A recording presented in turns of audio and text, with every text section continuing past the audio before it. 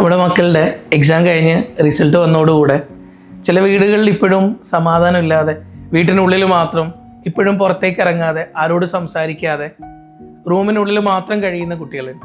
ഇനി എന്തിനു പറയണം, കുട്ടികളെക്കാൾ ഉപരി ചില പാരൻസ് ഇപ്പോഴും ആൾക്കാരെ ഫേസ് ചെയ്യാൻ ധൈര്യമില്ലാതെ എന്താ അവർ ചോദിച്ചു കഴിഞ്ഞാൽ എന്ത് മറുപടി കൊടുക്കുമെന്ന് അറിയാതെ വീട്ടിനുള്ളിലേക്ക് മാത്രം ഒതുങ്ങി കഴിയുന്ന ആളുകളുണ്ട്.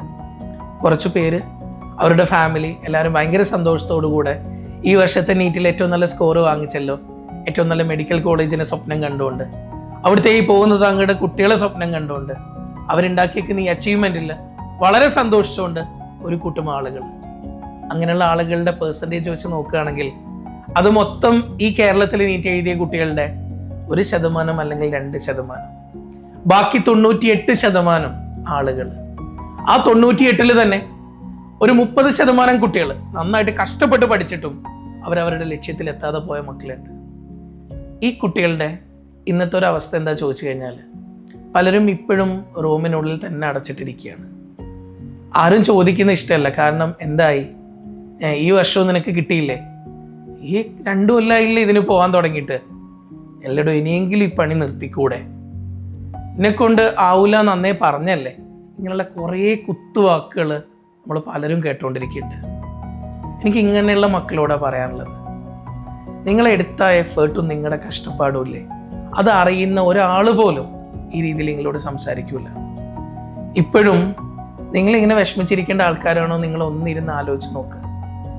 ഇപ്പോഴും നിങ്ങൾ പറയുന്ന ചില തീരുമാനങ്ങൾ നിങ്ങളുടെ പാരൻസ് പോലും വല്ലാതെ വേദനിക്കുന്നുണ്ട്. കാരണം എന്താ പറഞ്ഞാൽ എനിക്കിനി ഒന്നും വേണ്ട, ഞാനിനി ഒന്നിനും പോകുന്നില്ല, എന്താ ചെയ്യുക, എന്തൊക്കെ നിങ്ങൾ കാണിക്കുന്ന പല കാര്യങ്ങളും പാരൻസിനെയും വല്ലാതെ വേദനിപ്പിക്കുന്നുണ്ട്. പല പാരൻസിൻ്റെയും കോളുകളിൽ നിന്ന് മനസ്സിലാവുന്ന കാര്യങ്ങളാണ് ഞാനിപ്പോൾ പറയുന്നത്. ഇങ്ങനെ ഇരിക്കാതെ നമുക്ക് എന്തോ പഠിച്ചോ വലിയത് പ്ലാൻ ചെയ്യുന്നുണ്ടാവും. നമുക്കിതല്ല, ഇതിൽ നിന്നൊക്കെ മാറിക്കൊണ്ട് മറ്റൊരു കോഴ്സിന് പോകാൻ പറ്റുന്നതാണെങ്കിൽ എത്രയോ നല്ല കോഴ്സുകൾ ഇവിടെ ഉണ്ട്. ഈ MBBS മാത്രമല്ല എല്ലാത്തിലും ബെസ്റ്റ് എന്ന് പറയുന്നത്. ഞാൻ മുന്നേക്ക് ഏതോ ഒരു ഡോക്ടറിൻ്റെ ഒരു റൈറ്റിംഗ് കണ്ടിട്ടുണ്ട്. അയാളുടെ കൂടെ പഠിച്ചതിൽ ഇവർ കുറേ പേർക്കൊക്കെ MBBSന് അഡ്മിഷൻ കിട്ടി. അഡ്മിഷൻ കിട്ടാതെ പോയ ആളുകൾ കുറേ പേരുണ്ടായിരുന്നു. പിന്നീട് ഇവരെല്ലാവരും കൂടെ ഒരു ഗെറ്റ് ടുഗദർ വെച്ചപ്പോൾ അതിലെല്ലാ പ്രൊഫൈലിലുള്ള ആളുകളുണ്ടായി, ഫൈനാൻഷ്യലി ഭയങ്കര സൗണ്ടായിട്ടുള്ള ആളുകളുണ്ടായി. അവർ MBBS സ്വപ്നം വിട്ടിട്ട് മറ്റ് കോഴ്സുകൾ എടുത്തു പോയപ്പോൾ അവിടെ അവർക്ക് ഏറ്റവും ബെസ്റ്റായിട്ട് പെർഫോം ചെയ്യാൻ പറ്റി. നമുക്ക് ഇത് മാത്രമല്ല നമ്മുടെ വാതിൽ ഇവിടെ കൊണ്ടെല്ലാം അടയുന്നതല്ല. എനിക്ക് നിങ്ങളോട് പറയാൻ പറ്റുന്നത്, മക്കൾ ഇതല്ലെങ്കിലും മറ്റു കോഴ്സുകൾ എന്താണ്, അത് നിങ്ങൾ അതിന് ഓക്കെ ആണോ, അതാണ് മക്കൾ ആദ്യം ചിന്തിക്കേണ്ടത്. ഓക്കെ, അതിൽ നിങ്ങൾ ഓക്കെ അല്ല എന്നാണെങ്കിൽ നിങ്ങൾ നിങ്ങളുടെ പ്രശ്നം തുറന്ന് നിങ്ങളുടെ പാരൻറ്റിനോട് പറയും. നമ്മുടെ കുട്ടി ഇപ്പോഴും വേദനിച്ച് നിൽക്കുന്നുണ്ടെന്നാണെങ്കിൽ പാരൻസ് അവരുടെ കൂടെ ഒന്നിരുന്ന് അവരോട് ചോദിക്കുക, എന്താണ് മോനെ, എന്താ പറ്റിപ്പോയത്, മോൾക്ക് ഒരു തവണ കൂടെ പോകണോ, അല്ലെങ്കിൽ നമ്മൾ വേറൊരു കോഴ്സ് എടുക്കുക. ആ സമയത്ത് ചിലപ്പോൾ നിങ്ങളെ കെട്ടിപ്പിടിച്ചിട്ട് കുട്ടി പറയാണ്, ആ ഒരു ദിവസം എൻ്റെ കയ്യിൽ നിന്ന് പോയി എനിക്കൊരൊറ്റ ചാൻസും കൂടെ തരാൻ പറ്റുമോ, ഉറപ്പായിട്ടും ആ കുട്ടീനെ സംബന്ധിച്ചിടത്തോളം ഒരു ചാൻസെങ്കിലും കൊടുക്കണം. എന്തുകൊണ്ടാണെന്നറിയോ, നമ്മുടെ മക്കൾക്ക് ഇപ്പം തന്നെ ഇനി 9 മാസമുള്ള അടുത്ത എക്സാമിന്. ഈ 9 മാസം മാത്രമേ മുന്നിലുള്ളേ. ഇതിനിടയിൽ ഇനി അലോട്ട്മെൻറ്റും കാര്യങ്ങളൊക്കെ ആയിട്ട് 3 മാസം അങ്ങനെ അങ്ങോട്ട് പോയി. പിന്നെ മുന്നിൽ ആകെയുള്ളത് 6 മാസം. ഈ 6 മാസവും കൂടെ അവരൊന്ന് കഷ്ടപ്പെട്ട് കഴിഞ്ഞാൽ അവർ ചിലപ്പോൾ ഏറ്റവും നല്ലൊരു ഗവൺമെൻറ് മെഡിക്കൽ കോളേജിൽ MBBSന് കുട്ടികൾ പഠിക്കും. അങ്ങനെയാണെങ്കിൽ ഇപ്പോൾ വേണ്ടത് അവർക്ക് നിങ്ങളുടെ സപ്പോർട്ടാണ്. നമ്മുടെ മക്കളൊന്ന് ചേർത്ത് പിടിക്കുക. ആ ചേർത്ത് പിടിക്കൽ മതിയാവും അവർക്ക് എല്ലാ പ്രശ്നങ്ങളും മാറി ഒന്ന് പൊട്ടിക്കരഞ്ഞിട്ട് അവരുടെ പ്രശ്നങ്ങളൊന്ന് തീർക്കാൻ. ഇപ്പോഴും കരയാതെ വിങ്ങി നിൽക്കുന്ന കുട്ടികളുണ്ട്.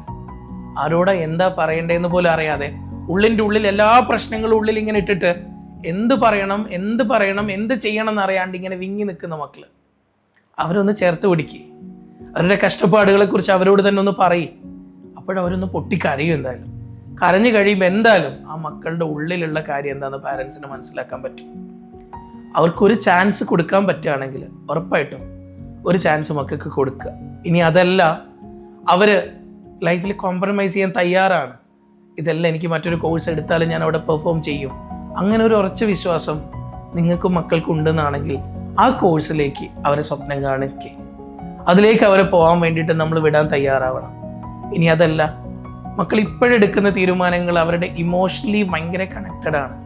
ആ ഇമോഷൻസാണ് ആ ഡിസിഷൻ പറയുന്നത്. അല്ലാതെ അവരുടെ ഉള്ളിലുള്ള യഥാർത്ഥത്തിലുള്ളൊരു തീരുമാനമല്ല. അവർ ഭയങ്കരമായിട്ട് കഷ്ടപ്പെട്ടിട്ടുണ്ട്, 1 വർഷം 2 വർഷം ഇതിൻ്റെ പിന്നാലെ ഓടിയിട്ടുണ്ടെന്നാണെങ്കിൽ ആ മക്കൾ എടുക്കുന്ന തീരുമാനത്തിന് ചിലപ്പോൾ കുറച്ചും കൂടെ സമയമെടുക്കും. പക്ഷെ ഇനിയും നമ്മൾ ആലോചിച്ചിരുന്നു കഴിഞ്ഞാൽ ഇനി എന്താ ഉണ്ടാവാൻ പോകുന്നത്? അലോട്ട്മെൻറ്റ് നടന്ന് കഴിയുന്നത് വരെ നമ്മളിങ്ങനെ കാത്തിരിക്കും. മക്കളോട് പറയാനുള്ള, നിങ്ങളൊരു സേഫ് സ്കോർ ആണെങ്കിൽ മാത്രം നിങ്ങൾ കാത്തിരിക്കുക. ഇനി അതല്ല, സേഫ് സ്കോറിലല്ല നിൽക്കുന്നെങ്കിൽ നിങ്ങൾ ഈ കാര്യം വിട്ടിട്ട് ഒന്നുകിൽ എന്തെങ്കിലും ഒരു തീരുമാനം എടുക്കണം, ഒന്നുകിൽ മറ്റൊരു കോഴ്സിന് പോകുന്നുള്ളൊരു ഉറച്ച ഡിസിഷൻ. ഇനി അതല്ല എന്നാണെങ്കിൽ ഇതെല്ലാം വിട്ടിട്ട് ഞാൻ ഒരു തവണ കൂടെ ട്രൈ ചെയ്യാം. ഈ ഡിസിഷൻ ഇനി വൈകിട്ട് എടുക്കാൻ ഇപ്പോഴെടുക്കണം, ഇന്നേക്ക് എടുക്കണം. ഇനി നാളെ മറ്റന്നാൾ എന്ന് പറഞ്ഞാൽ മാറിപ്പോകാനില്ല. കാരണം എന്താണെന്നറിയോ, നിങ്ങളുടെ ഒപ്പം നിൽക്കുന്നവരല്ല, നിങ്ങളുടെ പിന്നിൽ നിൽക്കുന്നവരൊക്കെ വീണ്ടും എൻട്രൻസിന് പഠിക്കാൻ തുടങ്ങി, അവരവരുടെ പ്രിപ്പറേഷൻ സ്റ്റാർട്ട് ചെയ്തു, അവർ ഓടാൻ തുടങ്ങി. നമ്മൾ ഇപ്പോഴും ഒരു തീരുമാനം എത്താതെ ഇങ്ങനെ ഇരിക്കുമ്പോൾ നാളെ നമ്മുടെ തീരുമാനം എത്ര കണ്ട് വൈകുന്നോ അത്ര കണ്ട് നമ്മൾ പിന്നിലേക്ക് പോകും, മറ്റുള്ളവർ ഓടിക്കേറും, നമ്മൾ എവിടെ ഇല്ലാതെ പോകും. നമ്മൾ എവിടെ ഇല്ലാതെ പോകുന്ന ഒരു അവസ്ഥയിലേക്ക് ആവണോ? അങ്ങനെയല്ല, നമ്മൾ എവിടെയെങ്കിലും എത്തുന്ന രീതിയിലേക്ക് നമ്മൾ ആവണം എന്നാണെങ്കിൽ എനിക്ക് മക്കളോട് പറയാനുള്ള ഒരു ഒറ്റ കാര്യം ഇതാണ്: നിങ്ങൾ എത്രയും പെട്ടെന്ന് തന്നെ നിങ്ങളുടെ ഡിസിഷൻ എടുക്കുക. ആ ഡിസിഷൻ എടുത്തിട്ട് നിങ്ങൾ ഇറങ്ങി തിരിക്കാൻ നോക്കുക എന്ന് പറഞ്ഞു കഴിഞ്ഞാൽ നിങ്ങളുടെ ഉള്ളിൽ ഒരു സ്വപ്നമുണ്ട്, ആ സ്വപ്നം നിറവേറ്റാൻ വേണ്ടിയിട്ട് നിങ്ങളുടെ ഉള്ളിൽ പറ്റുമെന്നുള്ള വിശ്വാസം ഉണ്ട് എന്നാണെങ്കിൽ നിങ്ങൾ മറ്റൊരാളെ നോക്കണ്ട, വേറെ ആരുമല്ല നിങ്ങളെ നോക്കുന്നത്, നിങ്ങളുടെ പാരൻസ്. ആ പാരൻസിന് വേണ്ടിയിട്ടല്ലേ നിങ്ങൾ പലരും പഠിച്ചുകൊണ്ടിരുന്നത്. ഞാനൊക്കെ പലപ്പോഴും ക്ലാസ്സിൽ നിന്ന് പറയുമ്പോൾ പല കുട്ടികളും പറയുന്നുണ്ട്, എൻ്റെ പാരൻസിനെ പ്രൗഡാക്കണം, അവരെ ഏറ്റവും നല്ല രീതിയിലേക്ക് എത്തിക്കണം, പാരൻസിന് സന്തോഷം ഉണ്ടാവണം. അതിനു വേണ്ടിയിട്ടാണ് ഞങ്ങൾ പഠിക്കുന്നത്. പാരൻസ് ഈ പാരൻസിന് ഈ റാങ്കൊക്കെ കിട്ടുമ്പോൾ സന്തോഷമൊക്കെ ഉണ്ടാവും, ശരി തന്നെയാണ്. പക്ഷേ ഇതിലൂടെ നിങ്ങൾക്ക് കിട്ടുന്ന MBBSഉം ആ MBBSലൂടെ നിങ്ങൾ കാണുന്ന സ്വപ്നങ്ങളിലും ഈ പാരൻസൊക്കെ കുറച്ച് കാലമേ ഉള്ളൂ. ബാക്കി സമയം മൊത്തം നിങ്ങളും നിങ്ങളുടെ ഫാമിലി, നിങ്ങളുടെ താഴെ വരുന്ന ആളുകളിലൂടെയാണ് നിങ്ങളുടെ ഈ സ്വപ്നത്തിന് വലിയ രീതിയിലേക്ക് പോകാൻ പോകുന്നത്. പാരൻസൊക്കെ ഇപ്പോഴും, ഈ പാരൻസിനോട് എനിക്ക് പറയാനുള്ളത്, നിങ്ങൾക്ക് വേണ്ടിയിട്ട് പഠിച്ച മക്കളാണ് അവർ. അങ്ങനെയാണെങ്കിൽ ആ മക്കൾ തളർന്നു പോയിട്ടുണ്ടെങ്കിൽ ഇപ്പോഴും ആ മക്കളെ ചേർത്ത് പിടിക്കുക, അവരോട് സമാധാനത്തോടുകൂടി ഇരുന്ന് സംസാരിക്കുക. അവർക്ക് MBBS തന്നെയാണ് വേണ്ടതെങ്കിൽ, ഗവൺമെൻറ് സീറ്റിൽ കിട്ടില്ല എന്ന് ഉറപ്പാണെങ്കിൽ, സെൽഫ് ഫൈനാൻസിങ് കോളേജിലേക്ക് നിങ്ങൾക്ക് അവരെ കയറ്റാൻ പറ്റുമെന്നാണെങ്കിൽ അങ്ങോട്ടേക്ക് നിങ്ങൾ അവരെ കൊണ്ടുപോവുക.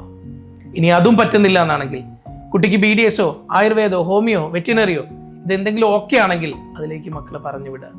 അതും അവർക്ക് ഓക്കെ ആവുന്നില്ല, അവർക്ക് എന്ത് തന്നെ പറഞ്ഞിട്ട് ഓക്കെ ആവുന്നില്ല, റിപ്പീറ്റ് ചെയ്യണം, അത് തന്നെയാണ് പറയുന്നതെങ്കിൽ നിങ്ങൾ ധൈര്യത്തോടു കൂടെ വാ. ഇവിടെ JPs ഉണ്ടാവും, എല്ലാ കാര്യങ്ങൾക്കും നിങ്ങളെ സപ്പോർട്ട് ചെയ്യാൻ. ഈ കഴിഞ്ഞ നീറ്റിൽ 600-ന് മുകളിൽ 8 കുട്ടികളാണ് JPs വന്നത്. ഇവിടെ 200 കുട്ടികളേ ഉള്ളൂ. ഇവിടെ എല്ലാ വർഷങ്ങളിലും 40%, 35-40% കുട്ടികൾ MBBSന് അഡ്മിഷൻ ഇവിടെ നിന്ന് ഉണ്ടാക്കുന്നുണ്ട്. ആദ്യ വർഷത്തെ ബാച്ചിൽ 50% മുകളിൽ MBBS ആണ്. 110 കുട്ടികളിൽ 56 പേര് MBBSലേക്ക് കയറി. കഴിഞ്ഞ 2025 നീറ്റിൽ കേരള 7ാം റാങ്കും, അതിന് മുന്നിലത്തെ വർഷം കേരളത്തിൽ 20 റാങ്കും 55 റാങ്കും, കഴിഞ്ഞ വർഷം കേരളത്തിൽ ആദ്യത്തെ 100-ൽ 4 റാങ്കിൽ ഇതൊക്കെ വാങ്ങിക്കാൻ പറ്റിയിട്ടുണ്ട്. മക്കൾക്ക് ഇൻഡിവിജ്വൽ സപ്പോർട്ട് ചെയ്ത് അവരെ കൂടെ നിർത്തിയിട്ട് കൊണ്ടുപോകാനുള്ള ഒരു സിസ്റ്റം ഇവിടെ ഉണ്ടായതുകൊണ്ടാണ്. നിങ്ങളുടെ മക്കളുടെ പ്രശ്നങ്ങൾ മനസ്സിലാക്കിയിട്ട് മക്കളുടെ കൂടെ നിർത്തി കൊണ്ടുപോകാനുള്ള സിസ്റ്റം JPSലുണ്ട്. ഇവിടുത്തെ ഒരു സൂപ്പർ 30 ബാച്ചും ഉണ്ട്. നിങ്ങൾ ഇനിയും വരണമെന്ന് ആഗ്രഹിക്കുന്നവരാണെങ്കിൽ എത്രയും പെട്ടെന്ന് തന്നെ നിങ്ങൾക്ക് വിളിക്കുക. എൻ്റെ പേഴ്സണൽ നമ്പർ തന്നെ ഞാൻ ഇതിൻ്റെ കൂടെ അറ്റാച്ച് ചെയ്തിട്ടുണ്ട്. എന്തെങ്കിലും ഉണ്ടെങ്കിൽ നിങ്ങൾ വിളിക്കൂ, അല്ലെങ്കിൽ എനിക്ക് വാട്സപ്പിൽ മെസ്സേജ് അയക്കും. ഓക്കെ.